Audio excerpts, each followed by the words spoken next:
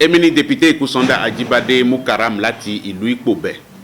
Mo fún gbogbo àsìkò yìí ká fún kí ọmọ ìlú lápapọ̀ kan kí han ewu ọdún ipe ọ̀pọ̀lọpọ̀ ọdún náà la ṣe.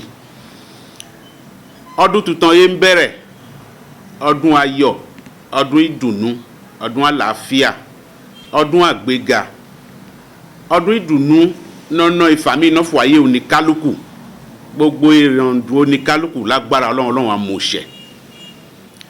Mo fẹ́ sọ fún ọmọ ìlú lásìkò yìí pé ọdún yọ bẹ̀rẹ̀ lónìí, ó jẹ́ ọdún lákùkàn. Ye irú ìhun ayé fẹ́ ṣẹlẹ̀ nọ́nà ọdún náà, ìhun ó dá aláma ṣẹlẹ̀.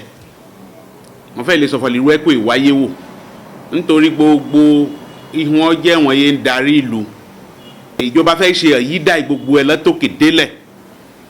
Bẹ̀rẹ̀ lérí délégué àdúgbò, olómìnira ti jẹ́ délégué, kẹ́wọ́ lérí oyè, yóò sì jẹ́ ẹgbẹ́ yòówọ́ nọ́nà ẹ̀ àtọ̀tọ̀ ọ̀gbẹ́sí.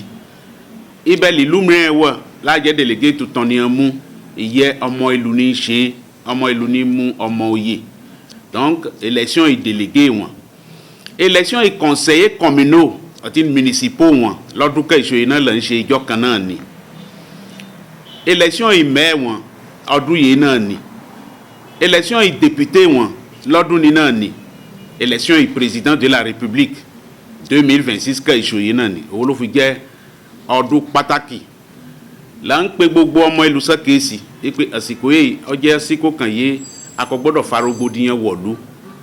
Àsìkò yìí ó jẹ́ àsìkò kan yìí ó jẹ́ àsìkò ẹlẹgẹ́ yà gbọ́dọ̀ máa ṣe pẹ̀lẹ́pẹ̀lẹ́. Ó jẹ́ àsìkò kan a kò gbọ́dọ̀ máa sọ̀rọ̀ kó dáa síra wa. Nítorí fún dàgbàsókè ìlú, fún lọ síwájú ìlú, fún àgbọ́kànlé ọmọ ìlú sérí àwọn olóyè tuntun yìí ń fẹ́ mú.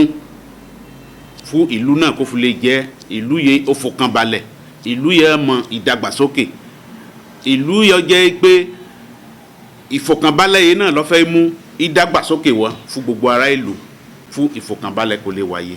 Ẹ ṣeun, mo dúpẹ́ lọ́dọ̀ yín. Merci beaucoup.